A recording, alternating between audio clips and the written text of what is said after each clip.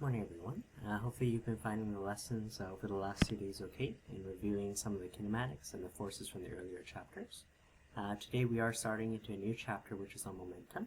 It is quite a short chapter, and what it's going to do is it's going to help us flesh out a little bit more of the kinematics from earlier. We're going to see concepts of velocity come back again, some of that vector addition stuff that we did towards the end of that first chapter. Specifically, we're going to be looking in momentum at what happens before and after collisions, and we're going to actually be able to analyze the after crash information. Also, a little bit of forces shows up again. For forces, let's say Newton's second law, it says F net is equal to ma. That actually is a derived form of how Newton actually first gave his law, and we're going to actually see in the momentum chapter how did Newton actually conceptualize Newton's second law, and what are the advantages to wording it this way over what we did in chapter 2. So I encourage you to have out your notebooks and just copy along as we go through here. We're going to start off just introducing our main concept. This guy here is called momentum. In everyday life, when things have momentum, you have some picture of things are in motion and things are just want to keep going. I have momentum, I'm just going to continue forwards. The same idea here when we study it in physics is momentum is this tendency to stay in motion. It's a tendency to continue doing what you're doing. In physics, technically, we should be using the Greek letter rho for momentum. It's like a squiggly P here. So this is the Greek letter rho. Although sometimes I find people have trouble with this Greek letter here. So just for simplicity, what we normally do here is we just say momentum is P. Okay. We're going to see in a second here, this one here is actually a vector. The size of this number describes my tendency to stay in motion. This momentum concept is going to depend on two variables. One variable here is going to be the mass. If I am a heavier object and I'm already moving, I'm going to be much harder to stop versus a lighter object. And the other thing that we're going to multiply by is the velocity. Velocity, as we learned in the first chapter, is also a vector, also has direction to it. So things that are moving quicker have much more of this tendency to stay in motion, much harder to stop than versus things that are slower. So let me just define some of these terms here. We saw m here stands for the mass, that there is in kilograms. For the velocity, this is the speed that the object is moving. The vector form, so it definitely needs direction to it. Velocity is measured in meters per second, and by multiplying those two, we're going to get something called momentum. We sometimes refer to it as a motion product because it multiplies mass and velocity, but then we get our main concept here, which is momentum, and the units are just kilograms multiplied by meter per second, so kilogram meter per second as your units. So whatever the size of this number is, that actually defines for me what's the tendency for me to actually stay in motion. A couple of notes already. This momentum here, P, is a vector, so it has direction in the same direction as your velocity. So say your object is moving forwards to the right, then momentum will also be that tendency to stay in motion forwards and also to the right. Just like we had to break up the components for velocity in the first chapter, we will see later on next week breaking up components for momentum as well. So let's just start off with a fairly simple calculation here. So just as an example, let's say we have a 30 kilogram child rides a 50 kilogram bike at 4.5. Sometimes in your worksheets you're going to see the units a little bit simplified here. Meter per second instead of -1. How you read something like that, we see the meter has no power, so that's going to be just n. Whenever you have a negative power, it means per. It's not like -2, it's just -1, so it's going to be per seconds to the power 1 or just meter per second. So something that has units meter per second, we know it to be velocity. That's how fast it's moving. What I want you to find in this question here is, see if you can take this formula, P is mv, and find what is the momentum for the child and what is the momentum for the bike. As usual, what I always want to start off with here is a picture if I can. So this one here is our bike. This is 50 kilograms, and we have our child that's just sitting on top of this bike here. Just for convention's sake here, the velocity here is positive, so we're going to imply that's the forward direction. We're traveling forwards at 4.5. Now to be sure, the child is going to be moving along with the bike, but based on how this question is set up, I want you to just tell me, for just the child, which is 30 kilograms, moving at 4.5, what's the child's tendency of motion individually? We're going to compare that to what's the bike's momentum, going at 4.5 as well, where the bike is a little bit heavier, and then we're going to compare it to the total. So, with that, what we're going to do is we're just going to use our formula. So, the momentum for this child here is given by the mass of the child times the velocity. Mass of the child is lighter, so 30 kilograms times it by 4.5. You can double check my numbers, I'm getting 135. Make sure every number that you write has units, so kilogram meter per second for this. Just like in the first chapter, velocity positive meant forwards. This positive also means my tendency is 135 to stay in the rightward moving direction. That's going to be a measure of how hard it is to stop the child. Let's compare this number here to the momentum for the bike. Momentum of the bike here similarly is going to be mass times velocity, as you might imagine, because the bike is a little bit heavier than your child, 50 kilograms, but also moving at 4.5. The size of it is a little bit bigger. I'm getting 225 kilogram meter per second. So this is the motion product, this is the momentum. This number describes how hard it is for something for you to stop, either the child and the bike in the region. Now, because the child and the bike are going to be traveling together, it might make sense in this question. I didn't ask you for this, but to find what's the total momentum. There's two ways of doing this. One, you can say, well, they travel as one system altogether. We're 30 and a 50 altogether. 30 plus 50 actually amounts to 80 kilograms worth of mass. We're traveling at a constant speed of 4.5, and that gives you a total momentum of 360. A total tendency of motion, 360. Notice that it is larger than the individual momentum, but if you notice closely, if I took the individual child's momentum 135 and I just simply added the 225, I could have similarly gotten to this 360. In math and in physics, things that do this, where I can either calculate the momentums individually then add them, or I add the masses first and then calculate momentum all at once. Things that add so simply here, we can actually say momentum, they actually add linearly. There's no squares, there's no powers, there's no fanciness, it's just going to be one thing plus the other. The tendency for the child plus the tendency for the bike because they travel together. Make sure you are in the correct SI units, so sometimes as you look at the worksheet, sometimes they may be given to you in grams or kilometers per hour. Make sure you switch to the appropriate units of actually kilograms as well as meter per second before you try to do any of these formulas. That is going to be our main concept in this chapter. One reason why this is a nice follow-up from the kinematics section is, in our universe, momentum is a conserved quantity. So let's just write down here, what is this conservation of momentum?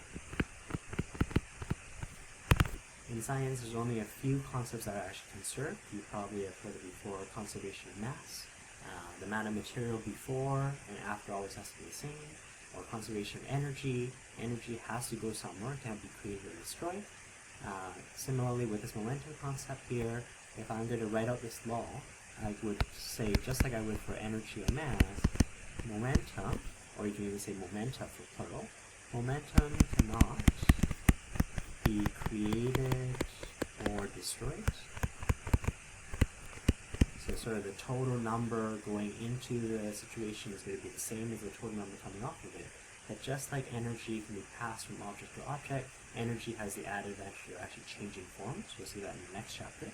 But in this case here for momenta, at the very least we can say momenta, even though I can't create or destroy it, but this can be transferred, it can be moved from place to place. In this case here, transferred between objects.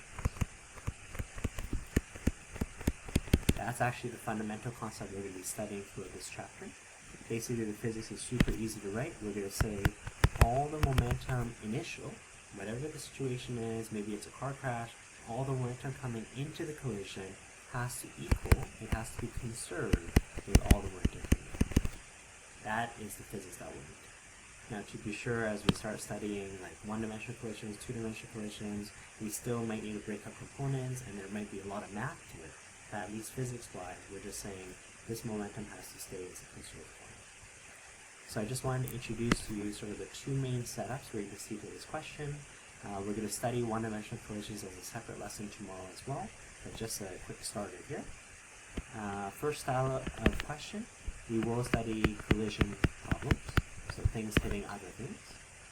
So during collision here, let me see if I can just draft out a question for you. Say we have a 200 kilogram car moving at 50 kilometers per hour, hits a 400 kilogram truck at rest. So the truck wasn't moving, maybe the car had rear-ended the truck. We're told a little bit of what happened after the collision. So if the car continues to move at 2 kilometers per hour after collision, find the velocity of the truck. It's a lot more detailed when I have to write it out. You can see the picture itself is actually fairly simple. So that's the setup as it is. We're going to draw our two objects. We start off here with our 200 kilogram. I'm just going to label it as a car. I called one a car and the other truck just so that you know which object I'm talking about. This one here is currently a 200 kilogram object and it is moving at 50 kilometers per hour. We notice our 50 kilometers per hour unfortunately is not the right SI units. If you remember, how do we convert kilometer per hour to meter per second? You can either show it with all the unit conversions, but you can remember 3.6 is the magic number for this exact conversion, and then the number for meter per second is always tiny. So 50 divided by 3.6 gives me, give or take, about 14 meters per second. I know you have to get 13.88, so you're just 14. This is the velocity, so it is in the positive direction. So I'm going to say this object here is currently traveling 14 meters per second, which is like that 50 kilometers per hour. Coming up in front of the car is a truck that's twice as big. So we have a truck. This one here is 400 kilograms, and we're told the truck is at rest. The truck was minding its own business. It's just sitting. So this is it. We know definitely there's a collision here. That's the picture beforehand. If you could just to separate this for yourself. So that's the before, and we're going to compare that to what's going to happen afterwards. We do need to be told a little bit of information. I can't just predict right from just that information what's going to happen, because what could happen is they could end up getting smushed and stuck together. They could bounce off each other and rebound. In this case here, even though after they collide, what's going to happen here is the car continues traveling forwards at positive 2. So this car here is going to zip towards the truck. At the really end, even after the collision, the car continues. It had so much tendency to stay in motion at the beginning. The car actually continues traveling forwards. I'm assuming the car is still intact, so 200 kilograms. The car continues traveling forwards at 2 kilometers per hour. So 2 kilometers per hour, again, not the right units, so let's divide out our 3.6. Remember, you want to put everything back in the correct SI units before you do anything. 2 divided by 3.6 gives me 0.56. So it's not a lot. Right? A lot of the velocity that the car has, because it hit a truck that was twice as heavy, it can't travel forwards as much, but it still sort of ekes forward a little bit. The number is nowhere near as big, so I'm going to draw a smaller arrow. This is still a positive number, 0.56 meters per second. The question is, what happens to the truck? And we're going to make use of our conservation of momentum to figure out, well, does the truck end up going forward? Does it somehow rebound backwards? Does it stick together? Not sure. The physics, again, I want to emphasize, is super simple. We're going to say all the momentum coming in, all the momentum in this beginning picture is going to be equal to all the momentum going out. So the initial is going to equal the final. Because momentum is add linearly, what we can do is we can calculate, just like the child and bike analogy from before, we can actually calculate the momentums one by one for each object. So what I would do here is, I know the physics, I know the momentum before matches the momentum afterwards. For every object, I want you to put a p value for it. In this case here, we're going to have the momentum of the car, p1. I'm going to call the truck here p2. So that's going to be the momentum of the second vector here. That's going to equal to, afterwards we have the car again, so I'm going to use p1 again, just to indicate that it's the final. I'm going to call this p1 final, and I'm going to add p2. So I had two objects before, I still have two objects afterwards, I have a p term on both sides.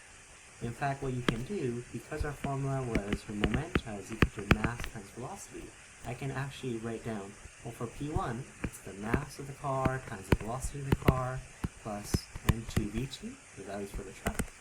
On the other side, m1, the mass, again, assuming this sort of idea that the car doesn't get mangled up or whatever, assuming that's still 200, but the speed is now going to be different after collision compared to the speed after collision. So, we've checked our SI units. We're ready to just punch the numbers in here. We have a 200 kilogram car. It had a tendency to stay in motion, give or take 14. You should keep the number unrounded if you can. The truck here, albeit it was heavier, so it's a 400 kilogram truck, but it was at rest, so rest means zero velocity. This has no tendency to stay in motion because it's not moving, so it's already stopped, so it has no momentum. This has to equal to my car, assuming that it continues to be 200 kilograms, it continues going forward, still a positive 0.56. Tomorrow when we study these collisions a little bit more, if I was told that the car actually would bounce backwards, if it actually heads in, let's say, the leftward direction here, I would still need to put a negative. I don't this time, but because velocity is a vector, I need to include the positive and negatives, just like I did in the first chapter. And I'm going to add that to, well, my truck is also 400 kilograms, and I want to know what my V2F is. So I'm just going to show you a little bit more detail than I would normally. So let's take 200. I'm going to be off by a little bit of rounding for this 14, okay, just for argument's sake here. This 200 times 14 means 2800. That's my tendency to stay in the forward motion. We talked about 400 times 0 as equal to 0. The truck wasn't moving, no tendency in motion. After the collision, 200 times, again off by a little bit of rounding here, I still have a tendency in the forward direction positive 112. Whatever's left over has to be given to the truck.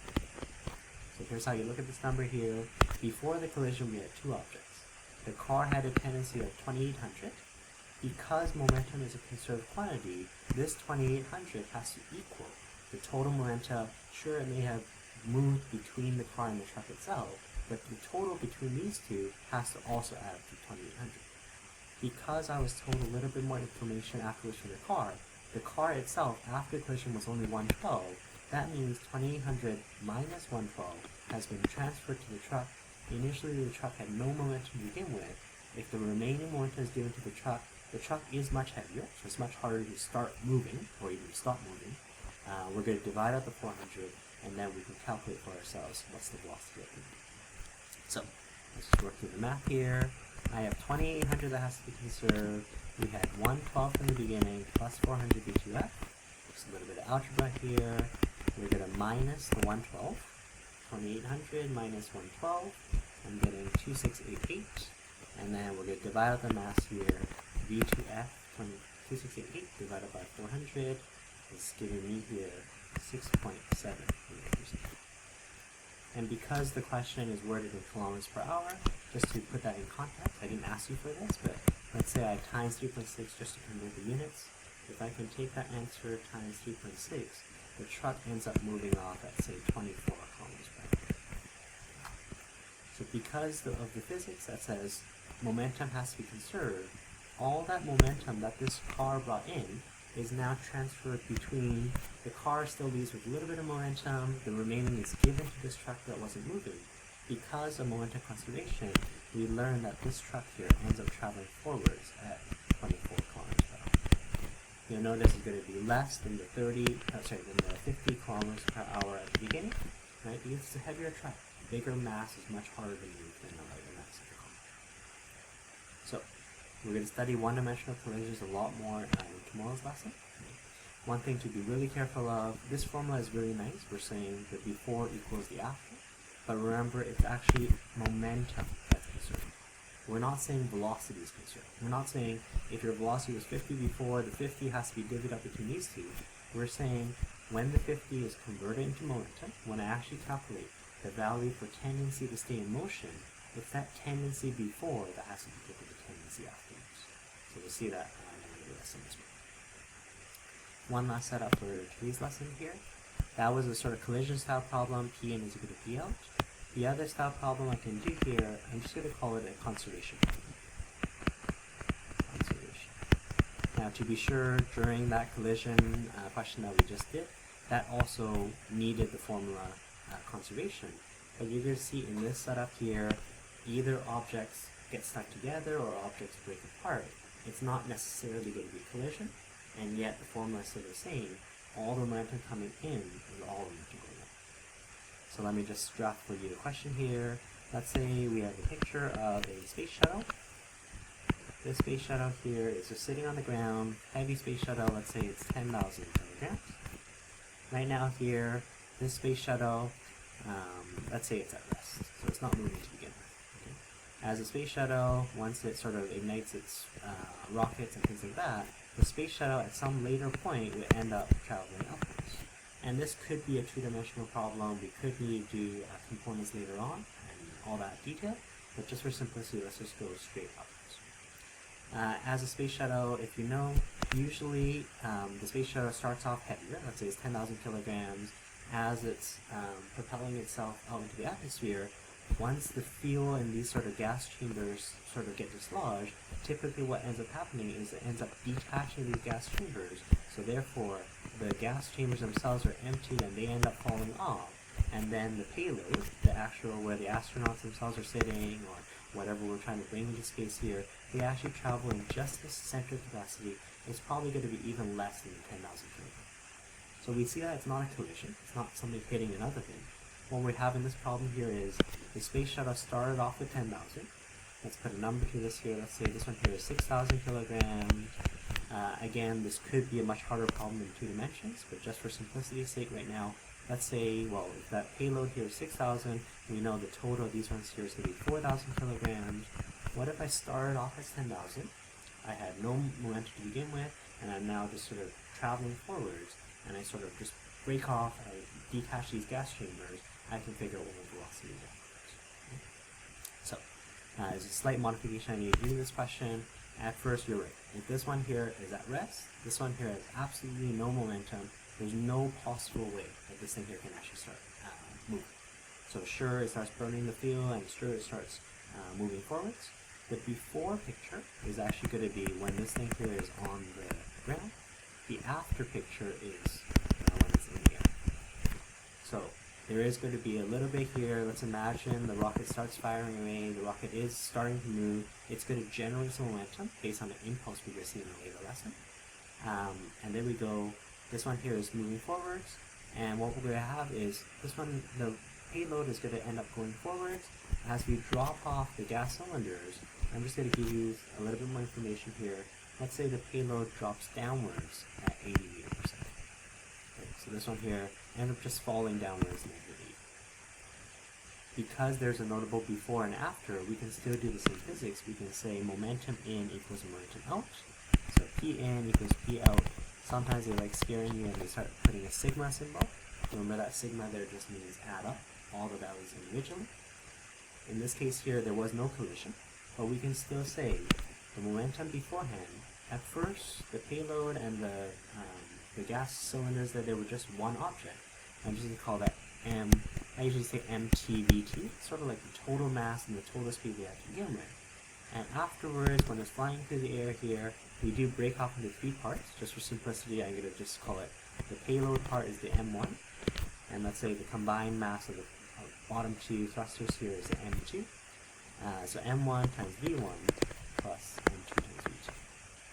So even though there was no collision, there was no car hitting a truck, because of conservation of momentum, whatever tendency you have to stay in motion, in this case here we weren't moving to begin with, has to be equal to whatever's left over afterwards.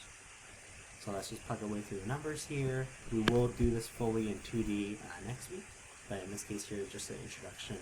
So our total mass payload plus those gas cylinders here were 10,000. The velocity we started off was at rest, just like the truck from before. This is now equal to the payload part of it. Doesn't matter which one you call object 1 or 2, just be careful which one you're talking about. I want to know when you drop these, drop the gas cylinders, drop the mass of 4,000, and it's zooming away at 80, what momentum does that end up thrusting the payload at? So we're going to do 6,000 times the velocity, I'm not sure. On the other side here, again, we're doing the gas chambers together. When we do our two-dimensional stuff, we can actually analyze them separately. But just for simplicity, we have 4,000. Because it is going to be m times v, and v is a vector, I'm going to call negative as down. So I'm going to still have this here as negative. So no collision, but still a conservation style problem. At first, 10,000 times 0, I have no tendency to stay in motion. As the rocket starts propelling away, and as it starts throwing away these thrusters, by throwing away those gas cylinders here, we're going to have 6,000 times v. I don't know what that is yet. But as those gas cylinders, their mass is 4,000 and they drop away at negative 80. If I just take here 4,000 times 80, this is going to be huge momentum in comparison to the ones that we had from earlier. That's because the masses we're dealing with are a lot heavier than a person, 30 kilograms, 200 kilograms for the car. Much, much heavier gas cylinder, and also traveling at, this one here is meter per second. This is some 250 kilometers per hour, so it's something fairly fast. Even that, I don't think is even fast enough, but just for comparison's sake. So just to finish off this question here, we have a conservation momentum. We knew at first the rocket wasn't moving. We have 0 overall. I can't create momentum over nothing, but, oh sorry, this one here should be negative. But if I break off into 2 parts, and the gas cylinders start falling with this 320,000, we know to make sure things are conserved, I just algebraically move the 320,000 over to the left. 320,000 has to be given to the 6,000v. The payload part of it, 320,000 divided by 6,000, gives me a final velocity of 53. So what we've said here in this problem here is, because momentum is a conserved quantity, because in total there was no momentum to begin with, the rocket was just sitting there, just from the simple act of dropping off these thrusters, just from the 4,000 dropping off at 80, the payload part of it has to actually travel upwards at 53 meters per second, so that it has enough tendency to stay in motion to cancel out the momentum from the gas cylinder part. That way, when they add up together, we're going to have 0 total momentum before, as well as 0 total momentum after. I made this question a little bit simpler. Again, we're going to study this in 2D more next week. Also, again, there's a little bit more. Really, rockets don't just move by throwing off their gas cylinders. They would get nowhere. This rocket here probably would have had some starting velocity to begin with, so probably this one here wouldn't have been 0 when you took the question. But still the same idea here. Whatever your total momentum was to begin with, having dropped the gas cylinders, having dropped the extra unnecessary mass, because those ones will fall back towards the Earth, taking away some momentum, that's going to give you some additional push. Going upwards, not only is it going to be a lighter mass, but it's going to give you a little bit more velocity, a little bit more tendency to propel yourself out of the atmosphere. So, we'll study one-dimensional collisions in a little more detail for tomorrow's lesson, but just wanted to introduce to you just sort of the momentum concept as a whole. If you have any questions, just feel free to let me know on Teams or during our office hour. Hopefully, you can work through some of the questions I leave you on the Google Doc, and we'll go through that. Take care, guys. Thanks.